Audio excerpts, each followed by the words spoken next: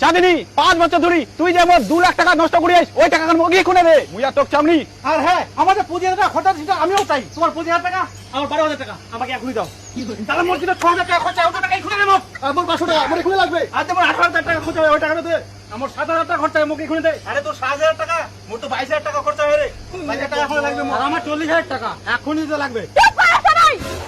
এই সরো তো বেবি, তুমি আসো তো। এ বাবা আরো একজন। আসো আসো আসো কি করে